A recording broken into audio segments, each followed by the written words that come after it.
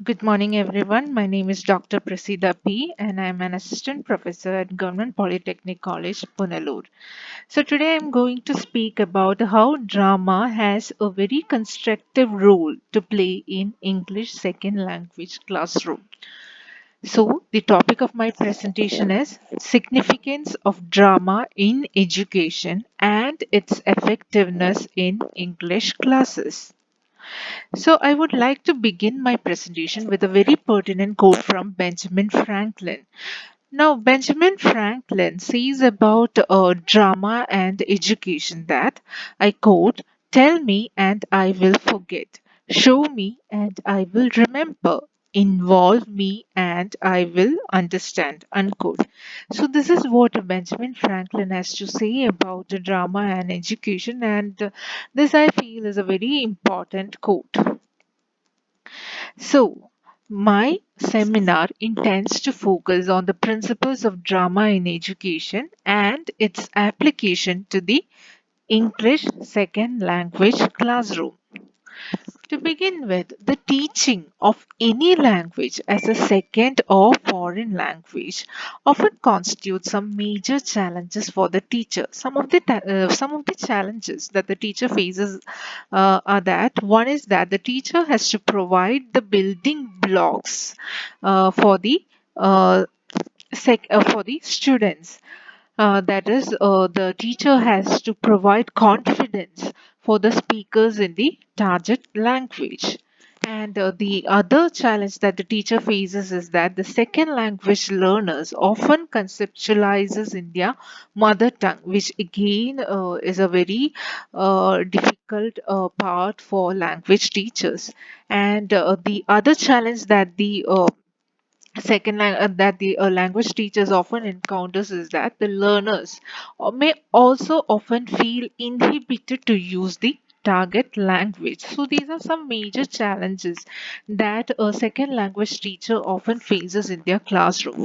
So it is with this background in mind that my paper intends to highlight the invaluable contribution that drama in education can make to the development of oral communication competence of learners studying English as a second or foreign language. Now, what is drama in education? So, drama in education, or DIE, is the use of drama as a means of teaching across the curriculum. And drama in education is often used to expand the learner's awareness. It is often used to enable them to look at reality through fantasy, and drama in education often looks helps them to look beyond the surface of actions for meanings. So, according to McKayson, the objectives of drama in education is understanding rather than playmaking. Attitudes rather than characters are the chief concern, as the focus is on the process rather than on the product. And then again, Lanty in 1982, she has said that the elements of drama in education, imitation, imagination, role playing, and interpretation often account for much of a child's learning of language, movement, and social behavior. And according to Lanty, it requires both logical and intuitive thinking, for it personalizes knowledge and yields aesthetic pleasure. So, drama in education is also known as creative drama, is an improvisational, non-exhibitionism process centered form of drama in which the participants are guided by a leader to imagine, enact, and to reflect upon human experiences. Now, what are the advantages of drama in education? Katz contends that in 2002 or in 2000 to 2002, Katz is contended that drama can aid in understanding personal and human experiences, allowing the students to enter into the reality of imaginary situations and characters. That is, drama allows the students to enter into a world of reality through imaginary situations. And according to Katz, the learner involved in a drama activity will be called upon to practice several thinking skills such as inventing, generating, speculating, assimilating, clarifying, inducing, deducing, analyzing, accommodating, selecting, refining, and so on. So, dramatic activity also fosters the skills of group interaction, and group interactions often contribute significantly to the process of teaching and learning. So, drama in effect develops all aspects of individual's personality, which leads him or her to greater self discovery and to the realization that he is capable of achieving success in the learning of a second or foreign language. So there are also some misconceptions relating to drama in education. One is that when the teachers, that is, when the teachers, when the language teachers, when they are requested to use drama in classroom, these language teachers they often shy away from using drama as a means of education, and they react negatively to teaching English through drama, saying that they have no skills. They say that they need to complete the syllabus. They say they have no time to play games in the classroom. And the teachers may also feel limited in using drama in education techniques, and they shy away from using drama. So, using drama in English second language classroom often involves the use of three important techniques. One is improvisation, the second is role play, the third is frozen image building. So these are three important techniques that drama in education often uses in English second language classroom. Now, how do we use these techniques? How do we use these three uh, drama techniques in second language classroom? So, before beginning to use this drama technique, we have to do a warm up session. Before we use any of the three drama techniques, uh, we first have to create a warm-up session. That is, the participant can go crisscross through the classroom, and the students can greet each other in a special mode according to their own culture of greeting. Like they can say namaste, they can give handshakes, or they can give that French cheek to cheek greeting, or anything that they wish to. That is, they first have to warm up before applying any of the technique in classroom. Now, the first technique is improvisation, and Lanty in 1982 he defines improvisation as an unscripted, as an unrehearsed, as a spontaneous set of actions in response to minimal directions from a leader, usually including statements of whom one is, where one is, and what one is doing there. So the focus is thus on identifying with the characters, enacting roles, and entering into the inner experience of imagination and fantasy. And in improvisation, the dialogue that emerges from the situation is created spontaneously by the participant as the various scenes unfold and develop before them. So the facilitator, according to McKeeson, he tries to stimulate the imagination, and he tries to this improvisation technique. It tries to free the individual. It tries to create, to guide the group, and build confidence. And how do we implement this improvisation in English second language classroom? How do we do that? Now, according to McKayson, dialogue in improvisation is apt to be brief and scanty at first, but with practice, words will begin to come and the players discover the possibilities of character development when oral language is added. So the implementation of techniques that aim to improve the L2 learners or the second language learners confidence level will invariably lead to improvement in the use of target language. So the improvisation technique provides the learners with opportunities to improve their language communication skill. The improvisation technique helps to improve their confidence level, and it also helps in the development of positive self concepts. So such exercises will invariably reduce the tension considerably in the second language class, and it will serve as a preparation for role play exercises. Now, some of the examples, I can give you some of the examples of improvisation. One example is that you can imagine that you are a group of people at a party or at a disco and having a good time, and you can decide who you are and what you are doing, and so on.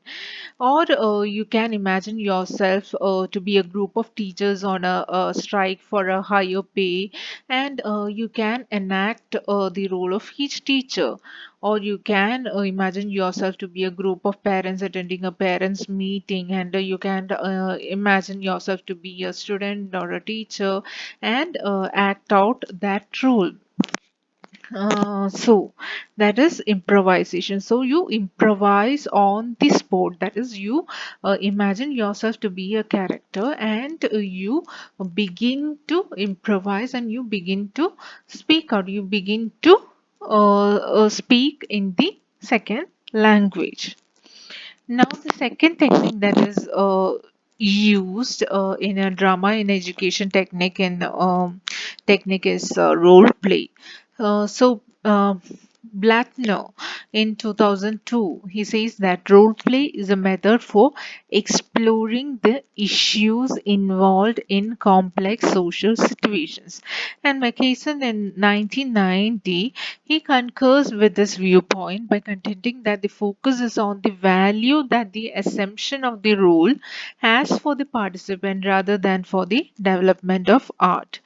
And he says that in role play, the participants are assigned roles which they act out in the given scenario.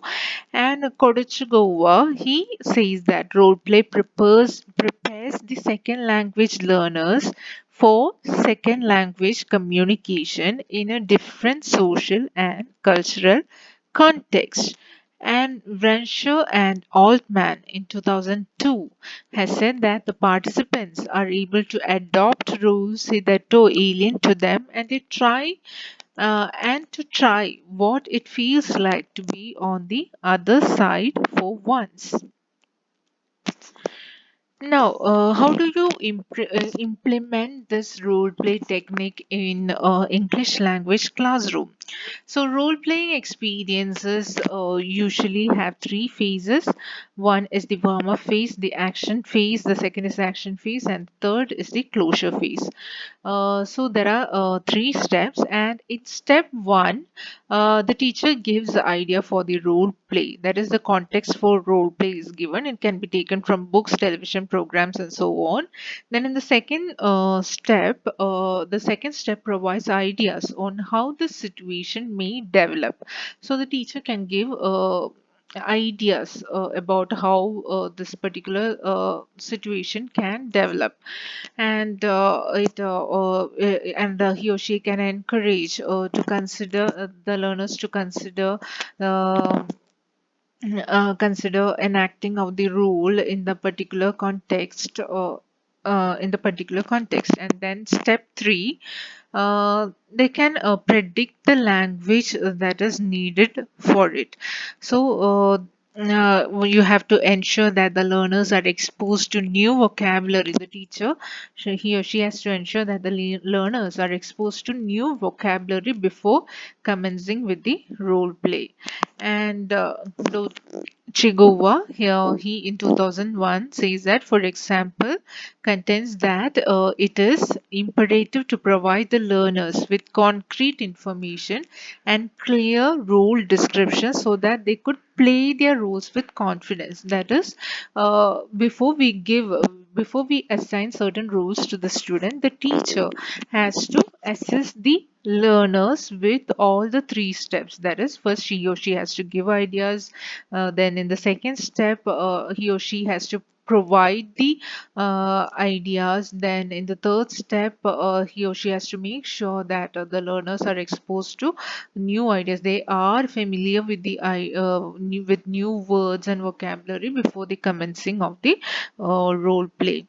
And examples of role play exercises are some of the examples are that the use of role play in that is some examples are that you are for example, you are falsely you can consider yourself to be falsely accused of cheating in an examination, and you are angry and upset. So the three persons involved are you, the teacher, the principal of the school, and you. So they can be three-person, and each one can take up each of the roles. One can consider himself or herself to be a teacher, one can be the principal, and one can be the student. So that is role play. Now the third technique that is used in drama in education is the frozen image building. Now the frozen image building is also termed as living statues. Now it is also known as the Senecio spiel. Now, this technique was popularized by Skeller in his book, The Handbuch for the Pedagogische Praxis. So he in which he outlines the guiding principles for the implementation of this method of teaching. And according to Renshaw and Altman, this approach provides an excellent peg for the exploration of the subject, expanding ankles while helping to identify the diversity of connecting links. Now, Vrensha and Altman also contends further that frozen image building or the statue theater provides room for scenic exploration of and a process of coming to terms with various everyday issues and problems that are difficult to put into words. Now, how do you implement this frozen image technique? So, during the process of creating their frozen image, the students they will have to step one, they will have to communicate with each other to decide how the image will be constructed and who the characters in the image represent. And as step two, at a later stage, each member of the group will have to write out their biographies with the assistance of the facilitator and assume their position in the frozen image.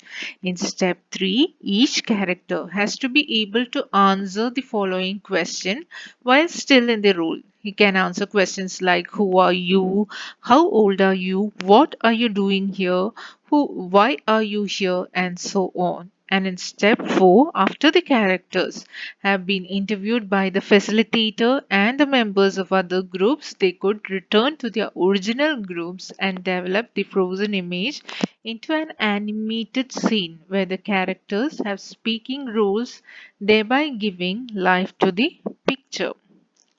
So, to conclude, the obvious advantage of this method of teaching, that is the method of drama in education, lie not only in its ability to improve oral communication skills effectively, but also in terms of its ability to improve the learner's confidence, which will ultimately lead to the development of positive self concepts. Pantomime, improvisation, role play, and frozen image buildings are invaluable technique for self-expressions as they serve to assist the learners to assume responsibility, accept group decisions, work together cooperatively, develop new interests, and seek new information. So, drama, I quote, is the most completely personal as well as the most highly socialized art form that we have now. Unquote. So, thank you. So, that was my seminar presentation. Thank you so much.